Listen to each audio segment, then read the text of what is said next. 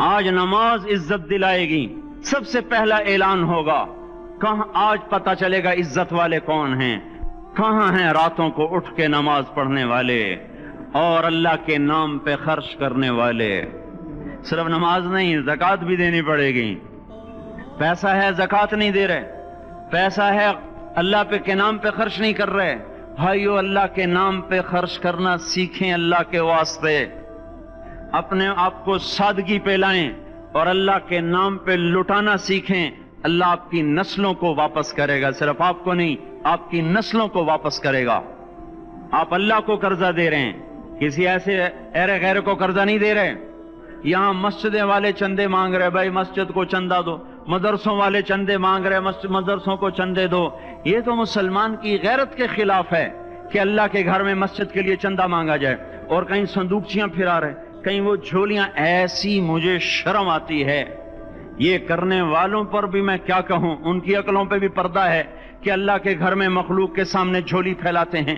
اور پھر ان مسلمانوں کی آنکھوں پر بھی پردہ ہے کہ ان کو غیرت نہیں آتی کہ مسجد کے لیے جھولی پھیلائی جا رہی ہو اور یہ گھروں میں اچھا خاصا کھاتے پیتے ہوں اور مسجد کے لیے جھولی پھیلائی جائے اور مسجد کے لیے صندوق رکھے جائیں اور ہر نماز کے بعد مدرسے کے لیے لوگ چندہ مانگ رہے ہوں.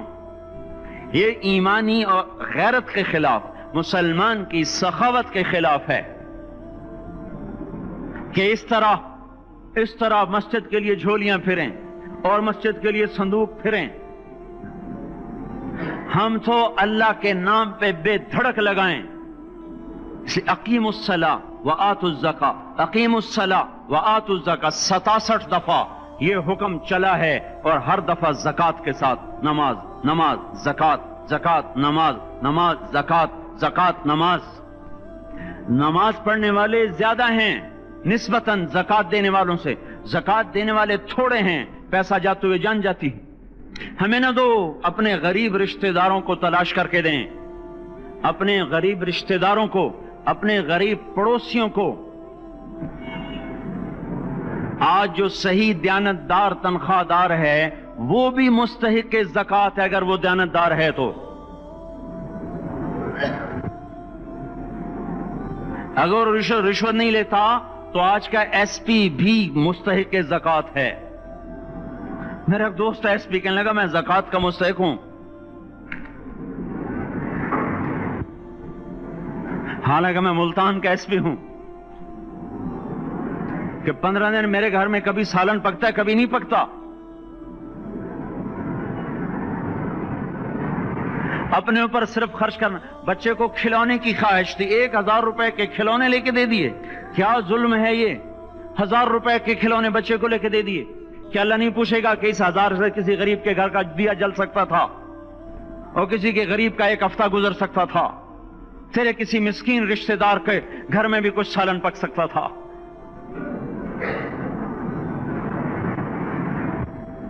رزق دیا تو اس کا ہوش نہیں کہ اس کا حق ادا کریں. جان دی تو اس کا ہوش نہیں کہ اس کا حق ادا کریں. سجدہ جان کا حق ہے اور زکوٰۃ اور صدقات یہ مال کا حق ہے. میں کب اپنے لیے مانگ رہا ہوں؟ میں کہہ رہا ہوں اللہ اپنے غریب رشتہ داروں کو دیں، ان کو تلاش کریں اللہ کے واسطے. اپنی بیویوں سے پوچھو سونے کی زکوٰۃ دی ہے؟ دے، ورنہ تو خود پکڑی آئے گی. تیرا زیور تیرے لیے گنجا سانپ بن کے تیری زبان کو ڈسے گا. ان کا میں نے تو بچیوں کے لیے سنبھال کے رکھا ہے. اس کی زکوٰۃ دو پھر ٹھیک ہے، ورنہ اسم کو توڑ کے اس کی زکوٰۃ دو، نہیں تو یہ مال پکڑوا دے گا قیامت کے دن. نماز نہیں چھڑا سکتی اگر زکوٰۃ نہیں دی، اور زکوٰۃ نہیں چھڑا سکتی اگر نماز نہیں پڑھی. مسجد بنا دی 50 لاکھ میں، اگر خود نمازی نہیں تو یہ مسجد بنانا اسے جہنم سے نہیں بچا سکتا. میرے بھائیوں، اپنی جان کا بھی صحیح استعمال کریں اور اپنے مال کا بھی صحیح استعمال کریں. ہم ایسے اندھے نہیں ہیں کہ جو بچے نے چاہا لا کے دے دیا، جو بیگم نے مانگا اٹھا کے دے دیا. نہیں، ہم پہلے دیکھیں گے. اپنے اوپر حضرت عثمان رضی اللہ عنہ کے پاس ایک سائل ہے، حضور سے مانگنے آیا. آپ نے کہا عثمان کے پاس چلے جاؤ. عثمان سے مانگنے گئے تو آگے بیوی پہ لڑ رہے. کس بات پہ؟ یوں کہہ رہے وہ باہر چھوٹے چھوٹے گھر ہوتے تھے تو باہر آواز آ رہی.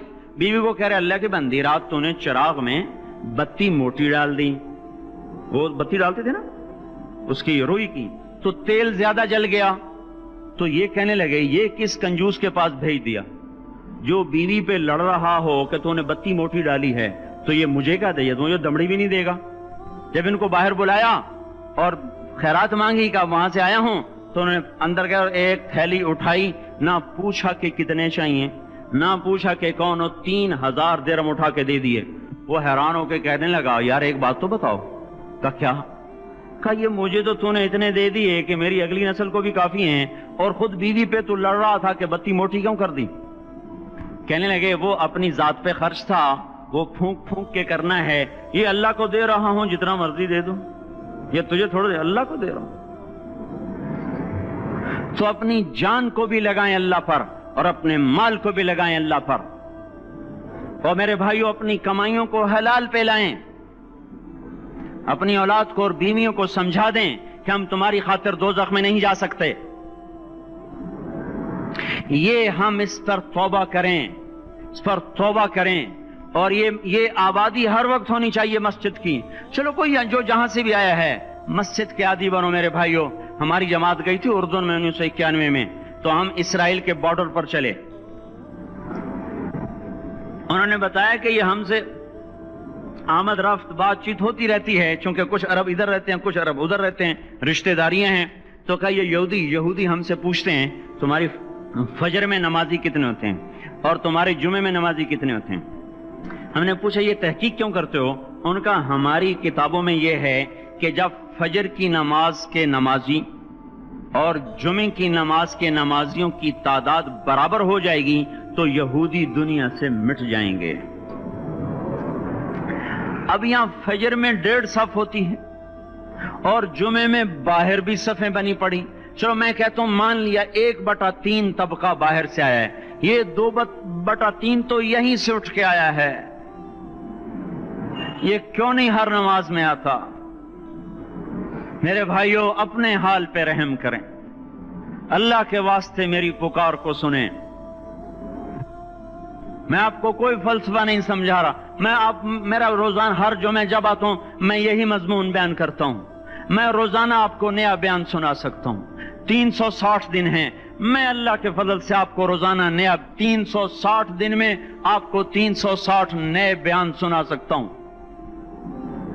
میں یہاں بیان کرنے نہیں بیٹھتا، اپنا دکھڑا میں روتا ہوں کہ پوری گلستان کالونی جہنم کی طرف جائے اور میں ان کا پڑوسی ہوں اور میں انہیں جہنم میں جاتا دیکھوں اور میری ہائے نہ نکلے تو میں ڈوب کے مر جاؤں۔ جلتا کتا ہم نہیں دیکھ سکتے اور اس ہماری آنسو نکل پڑیں، چوہے کو ہم جلتا نہیں دیکھ سکتے اور میں اتنی شکلوں کو جہنم میں جاتا دیکھوں۔ جس نے فجر آج نہیں پڑھی اس نے پر جہنم کو واجب کر لیا، جو اب آئندہ اثر نہیں پڑے گا اس پر جہنم واجب ہو گئی۔ پھر میں کیا مضمون بیان کروں، کیا فلسفے بیان کروں؟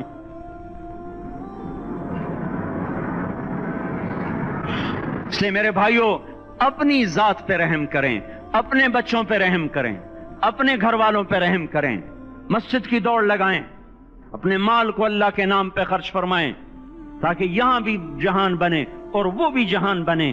کیا زندگی ہے، چلتے چلتے سانس نکل جاتا ہے پھر یوں مٹ جاتے ہیں جیسے دنیا میں کبھی آئے نہ تھے۔ پوتے پوچھتے ہیں ابا دادا کی قبر کہاں ہے؟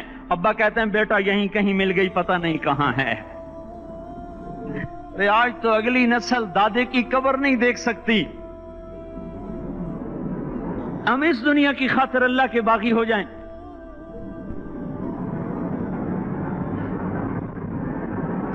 اس بے وفا جہان کی خاطر اللہ سے بغاوت کر جائیں جو ایسا مہربان، جو ایسا کریم۔ تو اس لیے میرے بھائیوں اللہ کے واسطے اللہ کی بارگاہ میں توبہ کریں اور اپنے اللہ کو راضی کریں۔ یہی میری فریاد ہے، یہی میری پکار ہے۔ میں بھی توبہ کرتا ہوں، آپ بھی اللہ کی بارگاہ میں توبہ کریں کہ کوئی کام اللہ کی منشا کے خلاف نہ ہوگا۔ اس کو سیکھنے کے لیے ہم کہتے ہیں تبلیغ میں جاؤ چلہ لگاؤ، ہم کوئی کسی تبلیغی جماعت کا ممبر نہیں بنا رہے، ہم خود تبلیغ میں جاتے ہیں، اوروں کو کہتے ہیں نکلو کہ ہماری توبہ پکی ہو، ہمارے اعمال درست ہوں اور اللہ ہم سے راضی ہو۔ اللہ ہم سب کو عمل کی توفیق بخشے۔